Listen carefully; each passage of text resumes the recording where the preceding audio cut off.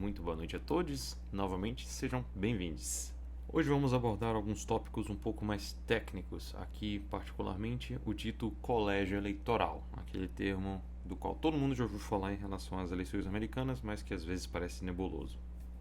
As eleições dos Estados Unidos não são decididas pelo voto popular, efetivamente, mas pela maioria proporcional dos votos populares de cada estado. Existe uma certa complexidade a mais aí, mas chegaremos a ela mais para frente. Para um país cuja identidade está intrinsecamente ligada à ideia da autonomia federalista, esta ideia não é um delírio em si. Não existe uma única versão de república. Países têm peculiaridades, como por exemplo, na França, os préfets, que não são exatamente a mesma coisa que os nossos prefeitos, mas têm algumas funções administrativas locais, são apontados pela presidência da república. Na Alemanha, os senadores são apontados por um colegiado de agentes dos estados que eles representam na federação. E nos Estados Unidos, em caso de falecimento, renúncia ou expulsão, o legislativo de um estado pode empoderar o governador daquele estado a substituir um senador. Cada país tem suas peculiaridades e suas próprias regras. E a nível eleitoral não é diferente. Contudo, não é porque não esteja diretamente errado que não cause desagrado. Ao longo da história americana, houveram mais de 800 tentativas de mudar as regras do colégio eleitoral, e a única até onde sei que realmente surgiu algum efeito diz respeito a dois estados em particular. Maine, que em 1972 decidiu repartir os seus votos do colégio eleitoral entre 2 votos estaduais e 2 distritais, e Nebraska, que em 92 quebrou os seus entre 2 votos estaduais e 3 votos distritais. De onde exatamente vem esta conta e esses distritos, precisamos aprofundar, entrar mais no detalhe. Para a Câmara dos Deputados, a House of Representatives, existe um número de assentos alocados proporcionalmente à população de cada estado, como aqui, como no Brasil. Enquanto do nosso lado são 513, lá são 435, um número limitado em um ato em 1929 para evitar uma explosão do número de deputados e representantes. Diferentemente do Brasil, contudo, a alocação da votação destes representantes nos estados vai mais a fundo para os distritos congressuais, cada um representando aproximadamente a mesma população de acordo com o censo mais recente disponível. Atualmente, por exemplo, cada distrito contém em torno de 760 mil pessoas. Quando se fala de voto distrital, é exatamente sobre isto que se está falando. Esta prática em si faz com que os representantes do Estado foquem suas atenções aos seus distritos, ao invés de fazer, como é o caso no Brasil, de todos os deputados federais focarem suas atenções no centro de São Paulo, do Rio, de Belo Horizonte, ao invés de ir conversar e conhecer as partes mais interioranas do estado. Não é que o esforço não exista no Brasil, mas este mecanismo estimula ainda mais este hábito. E também, efetivamente, isto tornaria as filiações de um certo representante mais próximas aos de seus representados, já que ele precisaria atender aos interesses e responder para os anseios das pessoas de seu distrito, não as pessoas da capital do seu estado. Mas enfim, voltando e retomando aquela ideia da complexidade extra do sistema. Segundo a 12ª emenda à Constituição Americana, cada um dos estados terá uma representação 2 senadores, portanto, 100 mais 435 votos. A estes são adicionados outros 3 que correspondem a Washington, D.C., que ganhou estas 3 representações na 23ª emenda em 1961, totalizando assim 538, 538. Daí o nome daquele agregador de pesquisas. Para vencer uma eleição presidencial, portanto, é necessário que um candidato atinja a metade dos 538 votos, que são 269 mais 1, 270. Daí a referência deste canal. Efetivamente, a regra é 3 votos no colégio eleitoral fixos por estado, 2 por senador e 1 de mínima representação populacional, já que os estados com a menor população têm 1 representante, e somente os demais assentos são de fato alocados proporcionalmente à população, o que efetivamente aumenta artificialmente o peso do voto dos residentes nos estados menores mais rurais. Os habitantes de Michigan, Geórgia, Virgínia e Nova Jersey, por exemplo, têm um voto a menos do que sua população relativa ao resto do país indicaria que teria. Os habitantes da Pensilvânia, Ohio, Carolina do Norte e Illinois têm em torno de 2 a menos. Os habitantes da Flórida e Nova York, 4. Texanos, 6. Californianos, 10, se não mais, desde a correção do último censo. Este desenho confuso pode, no extremo, resultar em uma aberração particularmente curiosa. Se um candidato obtiver a metade dos votos mais um em cada um dos 40 estados menos populosos do país, venceria a eleição com 22% do voto popular. É um cenário praticamente impossível, dada a polarização de regiões que não se bicam, e existem regiões muito menos populosas azuis e regiões muito populosas vermelhas, mas é um caso particularmente divertido para ilustrar as consequências potencialmente nefastas deste sistema. Eu adoraria falar mais a respeito da história, do contexto do nascimento deste sistema tão único e atípico. É uma história fascinante e remonta desde os primórdios do país, tem a ver com o conflito da Guerra Civil, tem a ver com muitos elementos, mas fica para uma outra ocasião.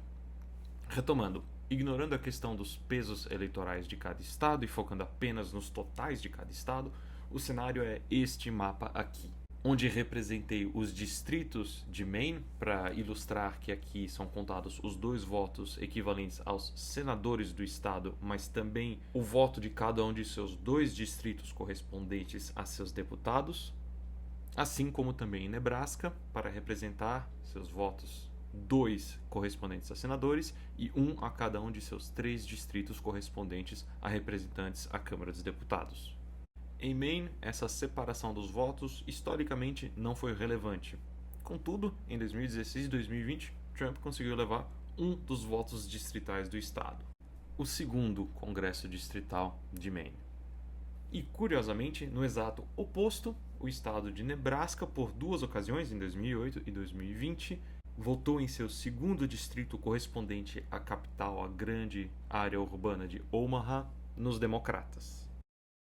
No estado do centro, houveram tentativas de reverter esta prática em 95, em 97 e em 2024, porque o resultado, 269 votos para ambos os candidatos, um empate, não é uma impossibilidade, é um cenário muito real.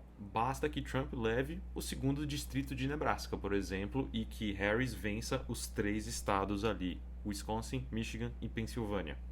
O cenário é muito pouco provável, dado que Omaha é um centro urbanizado e diversificado, mas, caso o estado voltasse a conferir todos os seus votos de maneira homogênea representantes do estado, poderia vir a passar. Neste caso, o impasse seria resolvido na Câmara dos Deputados, onde cada comitiva estadual faria um voto, como acontece com os estados, e a soma total do voto de cada estado elegeria o presidente, o que daria uma vantagem ao Trump, já que existe mais, numericamente, estados vermelhos que estados azuis, embora a maior parte da população more em estados mais azuis. Curiosamente, o Senado votaria no vice-presidente, o que poderia causar um cenário super estranho. Enfim, não sem surpresas, em março mais ou menos deste ano, os republicanos começaram a flutuar a ideia de fazer esta mudança em Nebraska. Em abril, contudo, a medida foi abandonada porque Maine, um estado muito mais democrata, ameaçou retaliar também, abandonando a separação do voto, o que retiraria do Trump esta vantagem de um voto no colégio eleitoral e consagraria a vitória de Harris 270 a 268. Malandramente, os republicanos tentaram voltar a esta estratégia uma vez que o calendário legislativo de Maine tivesse encerrado, o que acontece depois do de Nebraska, curiosamente. mas os próprios representantes do GOP de Nebraska deram para trás e abandonaram a ideia ao perceber que isso provavelmente daria bastantes problemas legais, além de pegar muito mal com o eleitorado num estado que acabou de passar por um período extremamente conturbado, onde o próprio GOP do estado boicotou os seus candidatos representantes que já tinham mandato, inclusive pois eles não juraram lealdade e submissão a Trump. Um cenário psicodélico, mas enfim, as coisas não andaram e esta aberração não transcorrerá nesta eleição.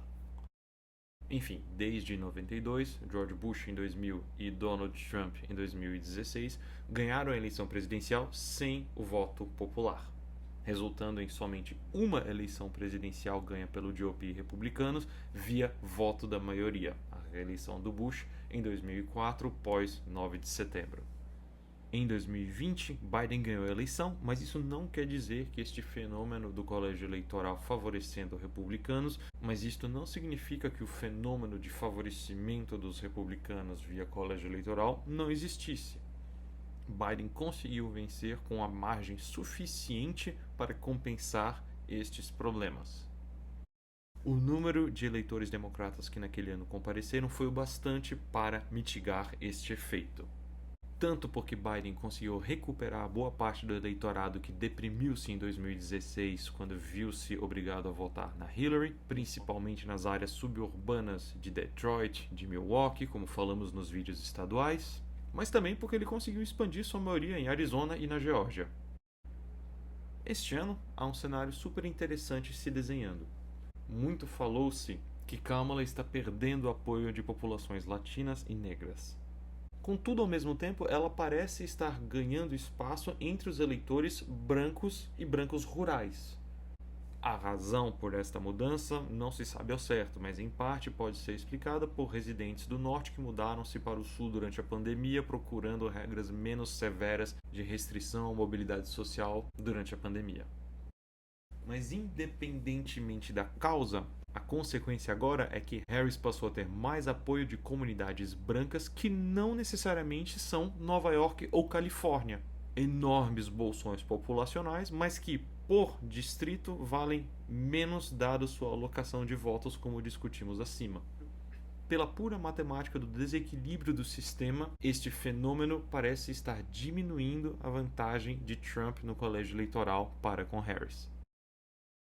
Enfim, o favorecimento que o colégio eleitoral sabotou Clinton em 2016 e não passou desapercebido pela campanha de Biden em 2020. Mas desta vez parece estar perdendo força, o que é uma notícia particularmente favorável, já que nas últimas 2 semanas ela tem estacionado nas pesquisas enquanto Trump tem crescido um bom tanto.